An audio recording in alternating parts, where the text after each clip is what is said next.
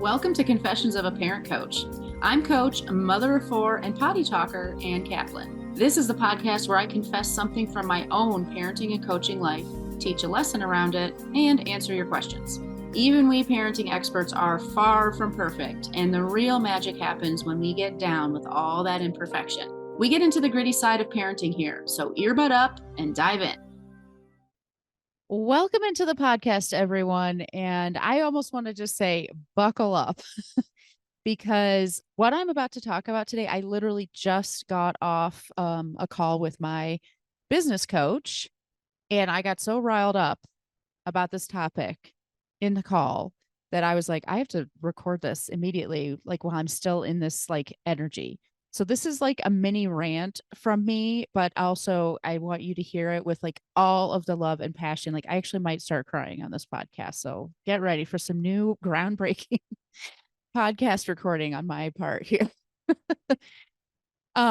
So I'm going to start with a confession and I'm going to go into this because what I want to talk about today, and I just think it's so important is, can we please talk about the fact that the stuff that we talk about on this podcast, the stuff that I do with my clients, like doing work on ourselves, doing work on our parenting, confronting our parenting missteps and doing the hard, actual, like deep work that makes a difference. It is scary. It is scary and it requires courage. And I think we really, really need to talk about that instead of just possibly paying lip service to it at best.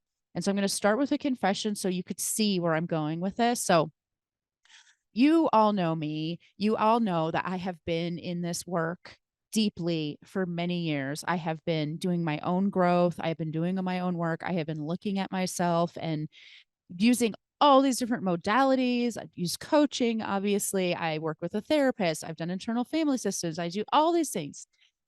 I take it really seriously and I like to go into the dark recesses and actually shine a light on stuff and confront stuff. I find myself, or if I have to describe myself, I would say I'm pretty courageous when it comes to confronting shit and dealing with it. I'm like clenching my fists while I'm recording this podcast. So, you know that. Set the stage. This is a person who I think I put my money where my mouth is when it comes to all of the stuff that I talk about in my work. And I really put in the time and the energy and I do the work.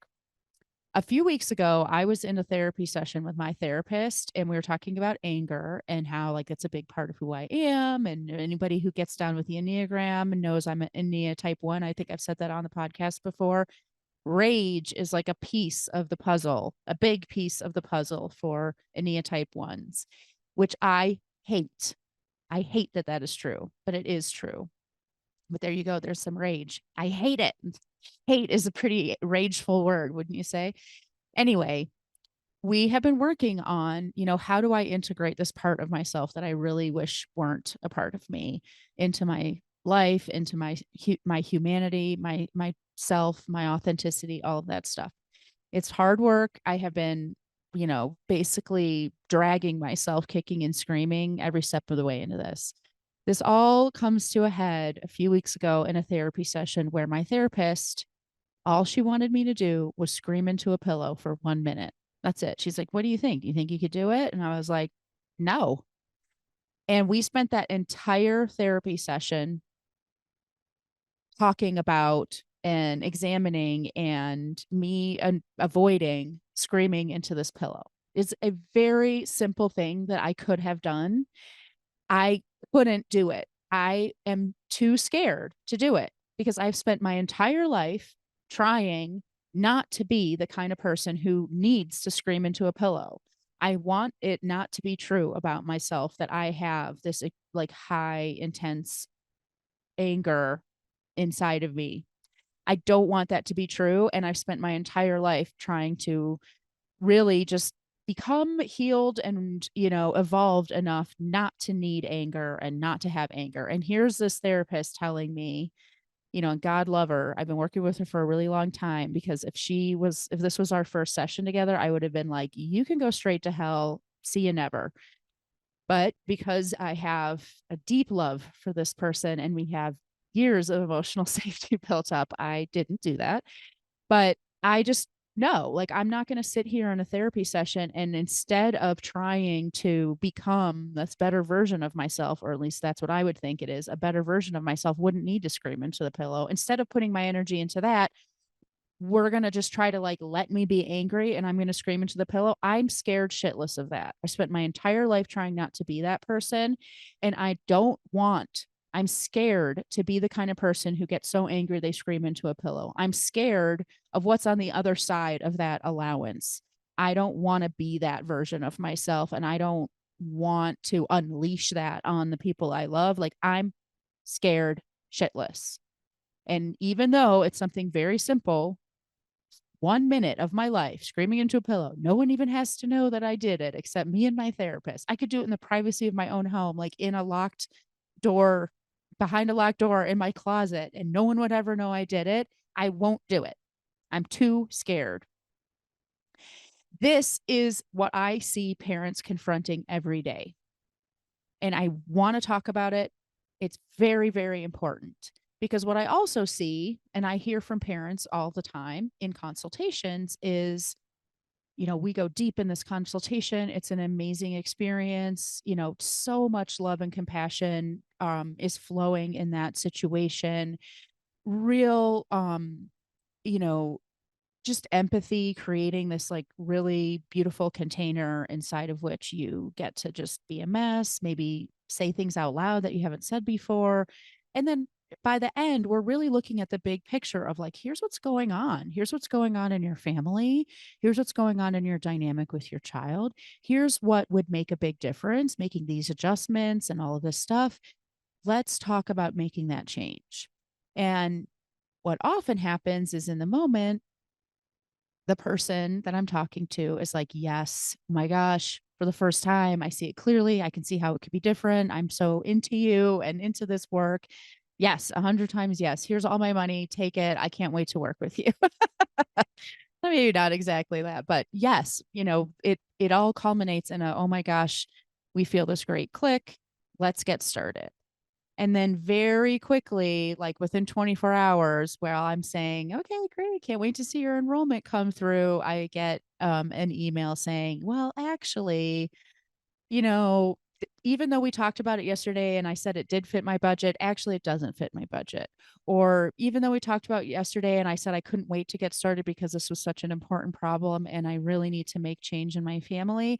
Now, when I think about it, I'm actually super busy and I have some travel on the calendar coming up, and now isn't a really good time for me to do this. Or, actually, even though I said on the call that, I could see clearly how this is going to work. And I could really feel like that you'd even made a difference in my perspective on parenting, even just on that call. Now, when I think about it, I don't really believe that you can help me. And this is so normal.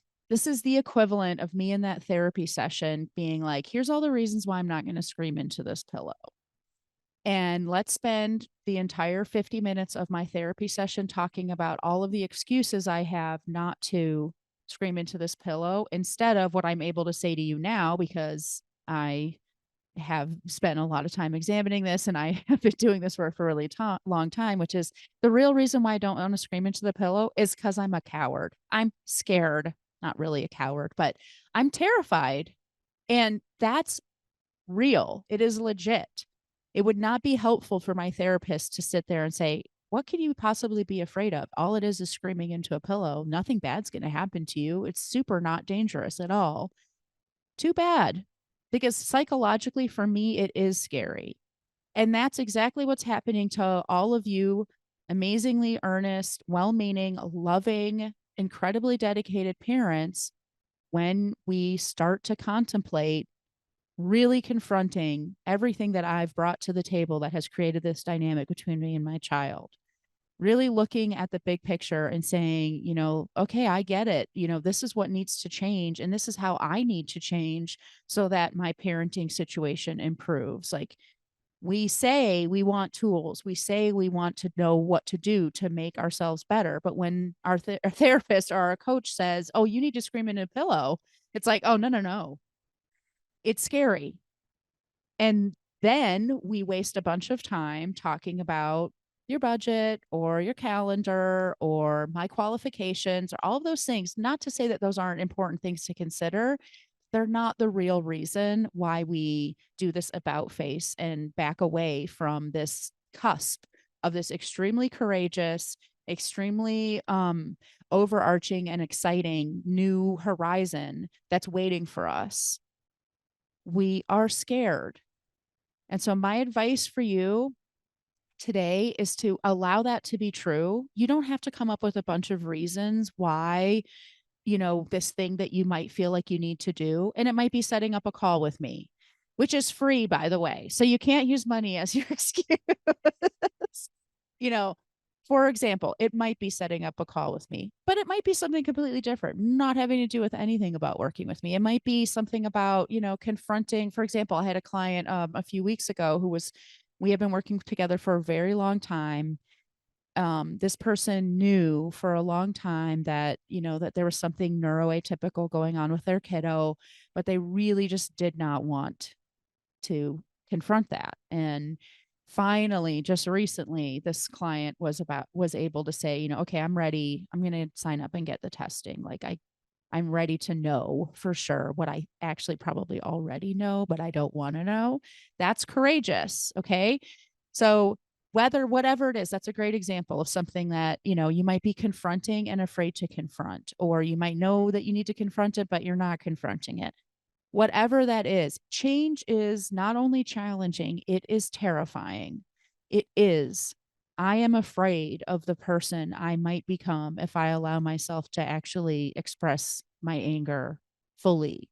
For example, I am afraid, or I talked to a mom yesterday who, was finally able to say, after talking about her calendar and her budget and all that stuff, and me saying, okay, but so it sounds like that's not really the reason. What might be the reason why you're hesitant to go for it? Finally was able to say, like, I'm afraid, like, talking to you has really illuminated the fact that I have some changes I need to make in my dynamic with my son. And I'm afraid to be that version of myself. I'm afraid that I don't get to be me now. I'm afraid that things will be scary and hard. I'm afraid I'm going to screw it up. I'm like, oh my gosh, thank you so much. Because there's a major amount of courage, not only in committing to doing this work, there's an amazing amount of courage in just admitting and confronting and saying out loud, like, I'm terrified, I'm scared. And that is my advice to you, is be honest with yourself. If you know that you're making up excuses to avoid something, if you know that you are, coming up with this laundry list of reasons, but none of them are the real reason, and you can kind of poke holes in all of those reasons, if you can see that you're doing that, get real, get real with yourself and talk about what's really going on with you, because then you can actually do something about it. Doesn't mean, so for example, let's say the thing is setting up a call with me. If you are able to say, okay, up until now, I haven't set up the call because, well, I know we're going to have to talk about whether or not I want to keep working with Anne, and I don't know if I can afford it. Or I'm really busy. I don't have time on my calendar. Or that stuff is for other people. It's not for me, or whatever. Poke holes in all of that and get to the place where maybe you can say, like, I'm kind of afraid of what I'm going to discover if I talk to Anne, or I'm kind of afraid of what I'm going to have to do if I commit to doing this work, all that stuff. That doesn't mean that you have to set up the call right then and there just because you've acknowledged that you're anxious. It's just part of the puzzle. It still might take you weeks and weeks and weeks and weeks to actually say, like, okay, I've worked with this. I'm ready to be courageous and set up the call, or whatever it is that you're trying to confront. It doesn't have to be the call, like I said. That is what I really encourage you to do, because just like with this amazing person that I had this consultation with yesterday, once she was able to, finally let go of the things that she was pretending were the reasons, right? She was pretending that she couldn't do it because of X, Y, and Z. And she was able to say, I'm scared. I'm sort of scared. I my immediate response is like, thank you so much for saying that, because now we don't have to waste the rest of our time on this call talking about things that aren't real, like your calendar or, whatever. For you, those aren't the real reason. But we could have spent the rest of our time talking about them anyway, because you're committed to those, false reasons, that way of like kind of avoiding what's really going on.